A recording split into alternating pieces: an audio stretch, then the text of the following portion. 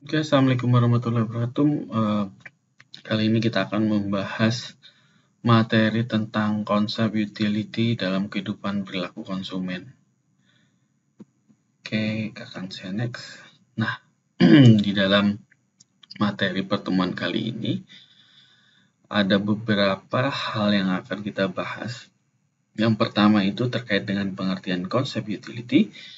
Yang kedua dengan pendekatan kardinal.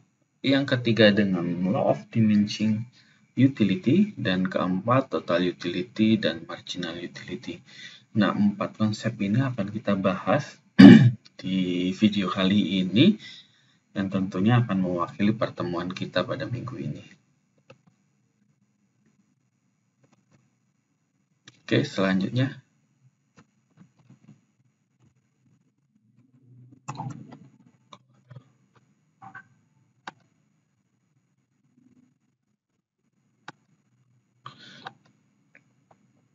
Nah, terkait dengan utility itu sebenarnya ada beberapa hal yang bisa kita pastikan dalam utility. Utility itu terkait dengan kepuasan. Jadi di dalam utility itu adalah mengukur tingkat kepuasan.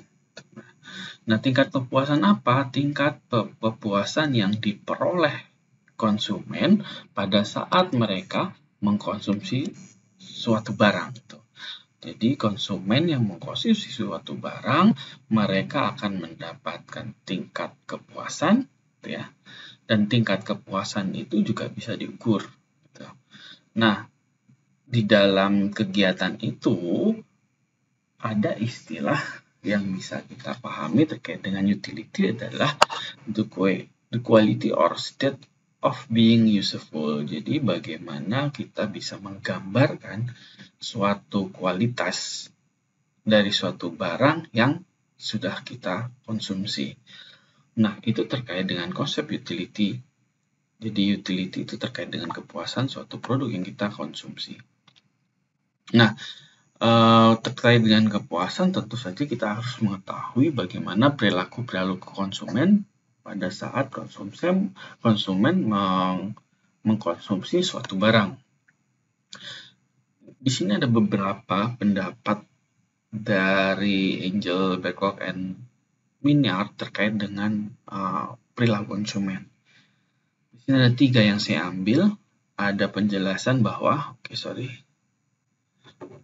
ada penjelasan bahwa perilaku konsumen adalah proses keputusan untuk mengambil tindakan pembelian. Selanjutnya, ada perilaku konsumen adalah proses yang dilalui konsumen untuk mengkonsumsi barang dan jasa. Nah, menurut Bowman ini perilaku konsumen adalah suatu aktivitas pada saat proses pembelian. Jadi ini perilaku konsumen ya. Konsumen itu kan berarti orang yang melakukan tindakan konsumsi. Makanya mereka disebut konsumen. Konsumen bisa jadi adalah orang yang mengkonsumsi suatu produk yang dihasilkan oleh produsen. Lalu, apa itu perilaku konsumen? Jadi suatu perilaku konsumen merupakan suatu proses atau kegiatan saat seseorang melakukan pencarian, pemilihan, penggunaan, serta mengevaluasi suatu produk untuk memenuhi kebutuhan atau keinginan yang mampu menghasilkan kepuasan. Jadi harapan terakhir dari kegiatan perilaku konsumen adalah menghasilkan kepuasan. Jadi ini sebenarnya yang dicari oleh konsumen, apakah produk baik itu barang atau jasa yang sudah dipilih melalui tahapan pencarian, pemilihan, pembelian, penggunaan, dan serta evaluasi, maka akan menghasilkan kepuasan itu sendiri. Nah, itu terkait dengan kesimpulan perilaku konsumen. Nah, apa saja sih yang sebenarnya mempengaruhi perilaku konsumen? Yang pertama terkait di dalam internal. Internal berarti diri sendiri, ada 2 ya, internal dan eksternal. Berarti kalau internal itu di dalam diri sendiri, eksternal itu dari luar diri sendiri. Nah, Yang pertama ada motivasi, yang kedua ada ekonomi, yang ketiga ada sikap. Nah, ini masuk ke dalam internal diri sendiri suatu konsumen gitu ya. Apakah motivasinya itu ingin memiliki suatu barang yang branded ya. Ya, motivasi ingin dihargai orang gitu. Kalau punya barang-barang yang mewah, maka dia mungkin secara prestis akan tinggi gitu. Jadi terkait dengan motivasi. Ada juga terkait dengan ekonomi. Berarti ekonomi apa? Ya terkait dengan kemampuan finansial si konsumen itu sendiri. Bagaimana pendapatan yang diperoleh dari hasil usahanya. Nah, lalu dari hasil usaha itu untuk memenuhi atau melakukan kegiatan perilaku konsumen, yaitu membeli barang atau jasa. Yang ketiga terkait dengan sikap. Nah, sikap ini lebih bagaimana seorang konsumen itu menggunakan atau membeli suatu produk sesuai dengan kebutuhan sehari-hari. Nah, selanjutnya di eksternal, dari di luar diri konsumen itu sendiri ada kebudayaan, kelompok sosial dan referensi, atau keluarga. Kalau kebudayaan sudah pasti ya, orang Sumatera, misalnya Sumatera, dan orang Jawa itu beda kebudayaan. Rata-rata orang Sumatera itu lebih banyak, misal kayak seperti orang Palembang, mereka lebih banyak mengkonsumsi apa? Ikan gitu. Tapi kalau ini ya bisa jadi ini sebaliknya gitu. Ikan tidak terlalu, mungkin lebih dari daging, ayam dan sebagainya. Nah, kalau ada istilah orang Sumatera doyan ikan gitu ya. Nah, ini masuk dalam kebudayaan gitu ya. Atau mungkin kebudayaan di acara-acara tertentu. Kebudayaan di acara tertentu yang membutuhkan produk barang dan jasa itu yang menjadikan perilaku konsumen itu semakin produktif lagi gitu. Jadi produk-produk yang dibeli berdasarkan kebudayaan tentu saja akan berbeda dari setiap daerah. Misal di daerah Sumatera Utara, saya ambil contoh lagi ya, di daerah Sumatera Utara yang mungkin mayoritasnya itu orang Kristen, ya produk-produk non halal itu pasti akan lebih banyak dibeli oleh konsumen ketimbang misal di daerah Jawa Barat atau mungkin di daerah Banten yang mayoritas orang Muslim, tentu saja pembelian produk yang non halal akan sedikit gitu. Nah, ini kelompok sosial. Nah, ini motivasi dan kelompok sosial ini masih sangkut paut ya. Kalau kita masuk ke dalam kelompok sosialita misalnya seperti itu, maka tentu saja perilaku konsumennya juga akan berbeda dengan kelompok non-sosialita gitu. Kita lihat kalau sosialita yang banyak di TV, di IG dan sebagainya, mereka mengkonsumsi barang-barang mewah. Perilaku konsumennya juga pasti akan berbeda dengan kelompok-kelompok non-sosialita gitu. Selanjutnya ini referensi, karena di referensi berarti ini masukan dari orang lain. Misal kita bingung nih mau membeli dua buah barang, kebingungan kita mau beli yang mana ya. Akhirnya setelah berdiskusi dengan teman-teman memberikan referensi untuk beli barang A. Kenapa? Karena misal barang A itu lebih awet, bla bla bla dan segala macam. Nah, ini keluarga. Jadi keluarga ini ibaratnya sebagai dasar sih, sebagai dasar bagaimana kita itu berperilaku gitu ya. Jadi kalau keluarganya mengajar kita konsumtif, maka ya tentu saja perilaku konsumen kita konsumtif seperti itu. Selanjutnya, nah proses pembentukan perilaku konsumen itu ada sekitar 5 tahapan ya. Nah, perilaku konsumen ini adalah yang pertama adalah pengenalan masalah. Gitu. Nah, kenapa kok pengenalan masalah? Karena pengenalan masalah ini terkait dengan kebutuhan yang akan dipenuhi oleh konsumen.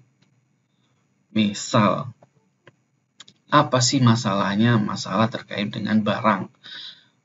Karena kita bicara dengan perilaku konsumen, misal kebutuhan sehari-hari.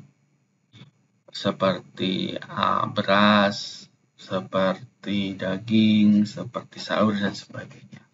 Maka dari pengenalan masalah terkait dengan kebutuhan sehari-hari, kita akan mencari informasi dong bagaimana cara kita memenuhi masalah gitu.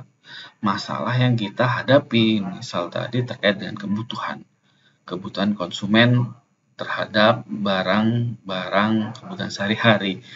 Nah, pencarian informasi ini tentu saja tidak sekedar tempat saja yang kita tahu, mana ya tempat, tapi harga juga. Kalau kalian pernah jalan-jalan ke Solo gitu ya, di depan pasar gede gitu ya, jadi di situ ada semacam layar monitor yang menampilkan produk barang gitu ya, misal barang kebutuhan beras, daging dan sebagainya. Nah, sampingnya itu harga gitu. Jadi di situ malah bagus ya. Jadi konsumen itu sudah tahu berapa harga barang yang hendak akan dibeli. Setiap harinya akan berubah sesuai dengan harga barang-barang itu tersebut. Lalu ini mengevaluasi alternatif apabila barang A tidak ada, misal, atau mungkin barang A itu harganya mahal, maka tentu saja akan mengevaluasi ya, ini penting tidak ya untuk dibeli. Atau kita bisa mengganti barang A dengan barang B yang jauh lebih murah sesuai dengan kebutuhan, atau bisa memecahkan masalah terkait dengan barang-barang kebutuhan sehari-hari. Lalu setelah mengevaluasi itu, maka muncullah keputusan pembelian suatu produk gitu ya, setelah mengalami evaluasi itu.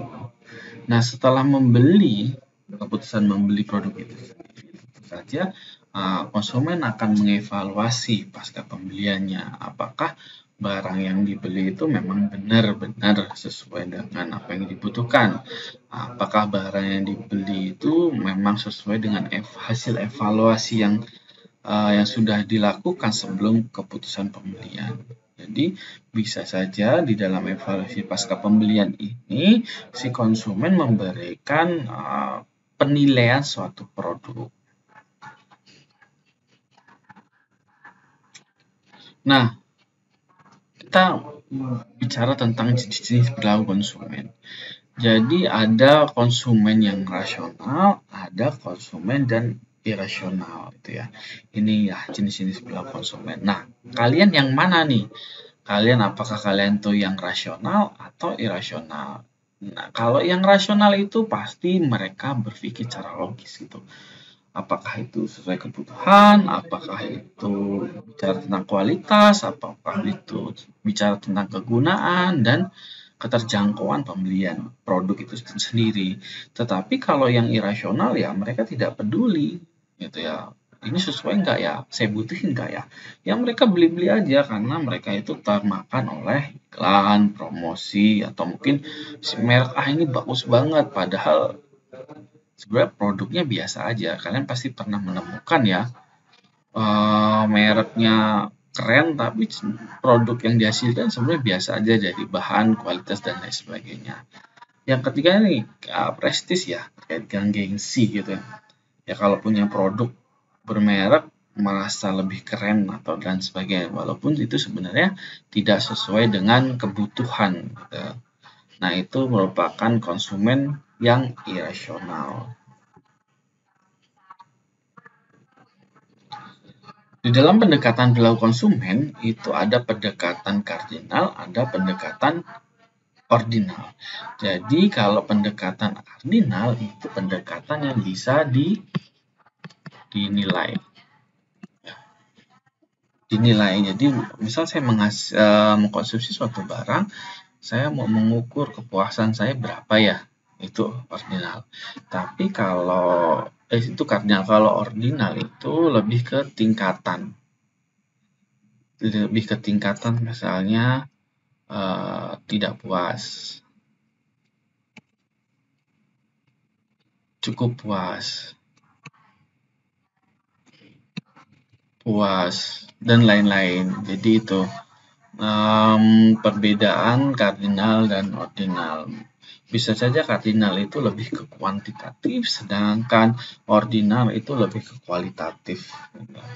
Jadi pada kesempatan kali ini kita akan fokus untuk pendekatan kardinal terlebih dahulu ya.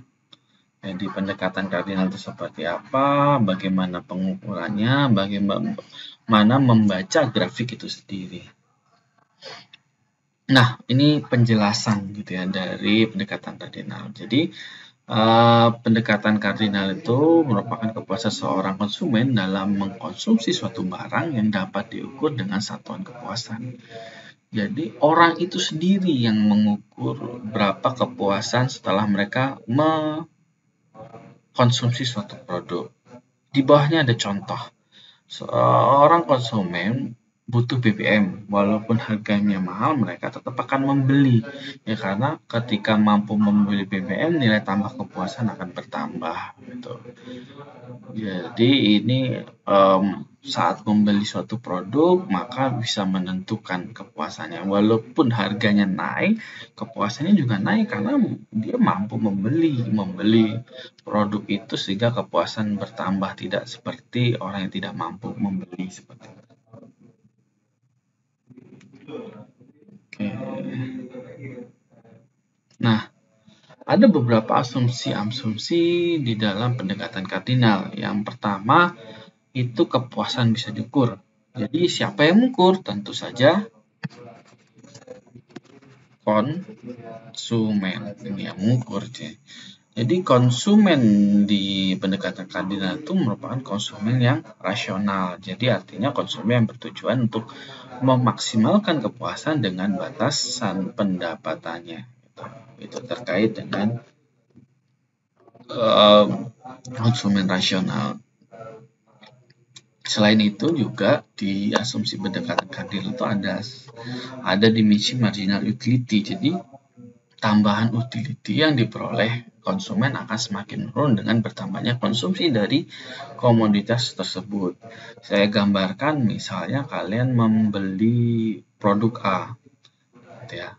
Gambarannya, kalau produk A kalian beli 1, maka ya tingkat marginal utility-nya lebih tinggi. Tapi kalau semakin banyak membeli produk tersebut, maka tentu saja kepuasannya akan semakin menurun. Tuh. Nanti akan saya saya berikan contoh yang lebih gampang lagi.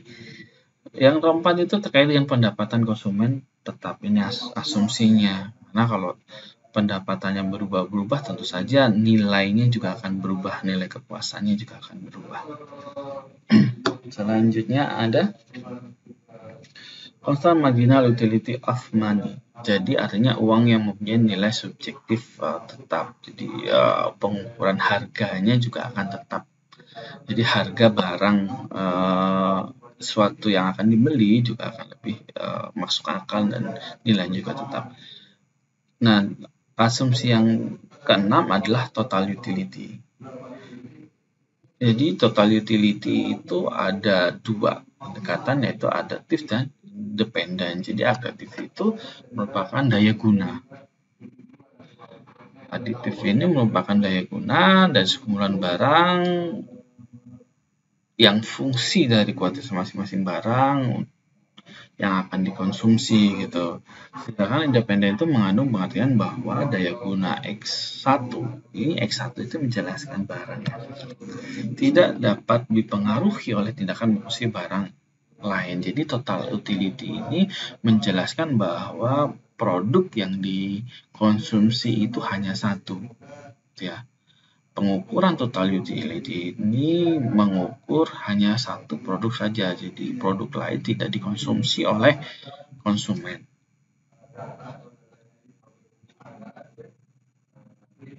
Nah, ini penjelasan tentang total utility. Jadi total utility atau utilitas total ini adalah yang dinikmati konsumen dalam mengkonsumsi suatu barang dan jasa secara keseluruhan. Sedangkan marginal utility ini pertambahan utilitas atau pertambahan kepuasan yang dinikmati oleh konsumen dari setiap tambahan produk yang dikonsumsinya tentu saja.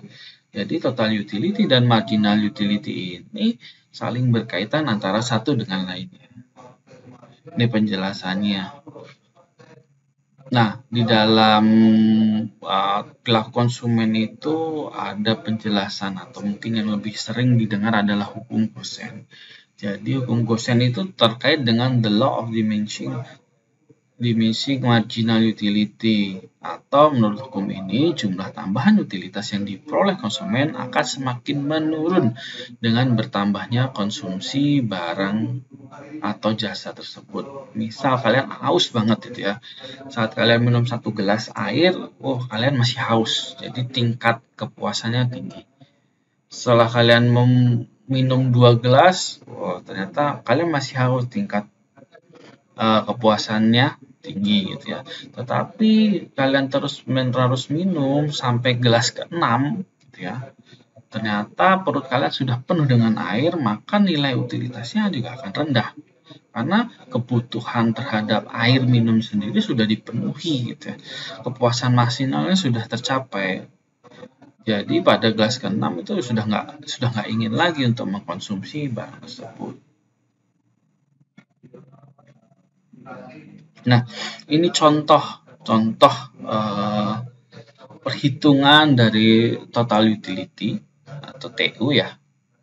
Total utility atau TU atau utilitas marginal atau MU. Kita lihat di sini. Nah, total utility ini merupakan kepuasan total yang diukur oleh konsumen gitu. Jadi kalau kita perhatikan dari sini, pada saat harga produknya sama, 25.000 gitu ya.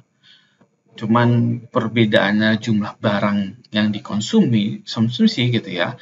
Misal barang yang dibeli itu 1. Uang yang dikeluarkan tentu saja sesuai dengan berapa barang yang dibeli gitu. Kita perhatikan di sini harga barangnya 25.000, jumlah barang yang dibeli itu 1, maka uang yang dikeluarkan adalah 25.000. Nah, pada saat saat membeli baju tersebut, total utilitasnya si konsumen memberikan nilai 50 gitu. Nah, kemudian apa? Di sini pada saat si konsumen itu membeli bajunya itu 2, dengan mengeluarkan uang sebesar 50.000, maka total utility-nya diberikan nilai sebesar 125.000 gitu. Dan seterusnya. Ya, kalau kita perhatikan ini adalah hasil kali. Ini adalah hasil kali gitu. Nah, kita lihat di sini pola total utilitasnya gitu ya. Kalau kita perhatikan di sini, karena pembeliannya 1 ya, jadi marginal utility itu merupakan rumusnya adalah, saya tulis dulu biar tidak kelupaan, dibagi delta Q. Oke, jadi marginal utility itu rumusnya adalah delta TU dibagi delta Q gitu. Karena ini masih harusnya ada pembelian 0 ya. Jumlah barang yang dikonsumsi 0, total utilitas 0, maka dia ngikut, jumlah marginalnya ngikut. Tinggal tulis saja gitu, sesuai dengan total utility yang sudah diperoleh. Kalau tidak ada pembelian barang sejumlah 0, tapi ini mulainya 1. Tetapi kita lihat selanjutnya. Ya, kita lihat selanjutnya, karena ini rumusnya delta TU, kita lihat delta TU. TU2 dikurang TU1. Berapa sih selisih antara ini? Gitu ya. Berapa selisihnya? Bisa kita hitung, berarti itu selisihnya adalah sekitar 75.000 gitu ya. Terus karena ini delta Q gitu ya. Berapa delta Q? Berarti selisih antara ini. Delta ini adalah 1. Maka MU-nya adalah 75.000. Nah, ini hasilnya. Nah, cara perhitungannya seperti itu. Kita ambil lagi deh, kita acak. Misal pada pembelian 4. pada pembelian 4 total utility-nya 225.000. Pada saat pembelian 5 total utility-nya adalah 250.000. Berarti berapa delta TU-nya antara ini gitu ya. Berarti delta TU-nya kita perhatikan itu adalah 25.000. Sedangkan berapa delta Q-nya? Delta Q-nya 4 ke 1. 4 ke 5 berarti 1. Maka hasil utility-nya 25.000. Sama ya, nah itu caranya. Nah, kita perhatikan polanya. Semakin lama dari sini ke sini, ke sini, ke sini, sini, nilainya semakin turun. Karena apa? Karena jumlah dikonsumsinya semakin banyak. Seperti teori awal, semakin banyak barang yang dikonsumsi, maka kepuasan yang diperoleh dari mengkonsumsi barang tersebut akan semakin turun. Sama dengan the missing marginal utility tadi ya. Jadi semakin adanya pertambahan kepuasan, maka nilainya akan semakin turun. Kita lihat di sini. 75 ke 60, 60 ke 40, 25, dan seterusnya. Jadi seperti itu, hukumnya juga sudah memenuhi syarat terkait dengan total utility dan marginal utility. Nah, ini kurva yang digambarkan dari hasil perhitungan kita tadi. Nah, kita lihat di sini. Kalau yang kuning ini adalah marginal utility, yang biru adalah total utility. Jadi semakin banyak ternyata semakin berkurang terkait dengan kepuasan konsumen itu sendiri. Tetapi dari grafik ini atau kurva ini, atau mungkin tabel tadi ya, bisa diukur sebenarnya di mana sih kepuasan maksimum seorang konsumen. Kalau kita perhatikan di sini tertinggi ada di angka 250.000. Ini adalah angka tertinggi atau total kepuasan utility-nya, total kepuasan, total utility gitu ya. Namun untuk mengetahui berapa kepuasan maksimum seorang konsumen dalam mengkonsumsi suatu barang adalah keterkaitan antara total utility dan marginal utility. Saat marginal utility memotong garis 0, seperti ini ya, berarti di angka 6, maka ini akan berkaitan dengan kepuasan maksimum yang dirasakan oleh seorang, kepuasan maksimum yang dirasakan oleh seorang konsumen, maka seperti ini. Itu. Jadi kepuasan konsumen itu pada saat mereka mengkonsumsi 6 produk barang dan jasa dengan nilai sebesar 250.000 rupiah. Itu. Berarti kalau ada pertanyaan, kapan saat kepuasan berapa harga kepuasan tertinggi misal? Berarti 250.000. Pada saat kepuasan tertinggi 250.000, bagaimana keadaan MU-nya? Ternyata keadaan MU-nya itu adalah 6. Lalu kapan misal kapan hukum the law diminishing marginal utility itu dimulai gitu pada saat kepuasan maksimum telah dicapai. Jadi wilayahnya ini nih. Wilayahnya. Jadi pada saat memulai mengkonsumsi barang dan jasa lebih dari 6, maka nilai tambah kepuasannya akan semakin menurun. Ini kan sama. Nah, itu cara membaca grafiknya. Jadi maksimal pembelian kepuasan yang diperoleh dalam pembelian produk itu adalah pembelian 6. Lalu apakah konsumen akan membeli satu produk saja? Tentu saja tidak kan. Nah, di dalam grafik ini hanya membahas satu produk saja, satu produk atau satu barang, maka ini dikenal dengan hukum Gosen 1. Lalu apakah konsumen membeli satu produk? Tentu saja tidak. Ya. Misal, apakah kita harus minum terus? Tentu saja kita tidak, kan kita butuh makan dan lain sebagainya. Maka setelah ada hukum Gosen 1 ini, muncullah hukum Gosen 2. Jadi hukum Gosen 2 itu berbunyi bahwa konsumen akan mengkonsumsi sedemikian rupa sehingga nilai guna marginal setiap barang dan jasa yang dikonsumsi akan sama. Jadi apa maksudnya?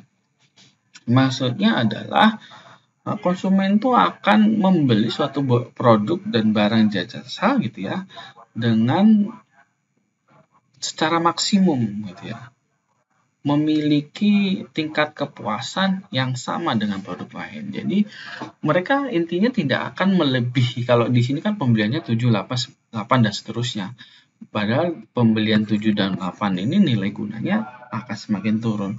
Nah, pada saat di Gosen 2, si konsumen itu membatasi sampai pembelian ke-6 atau sampai kepuasan atau total utility-nya berada pada posisi yang paling tinggi untuk setiap produknya. Jadi tidak akan lebih dari itu.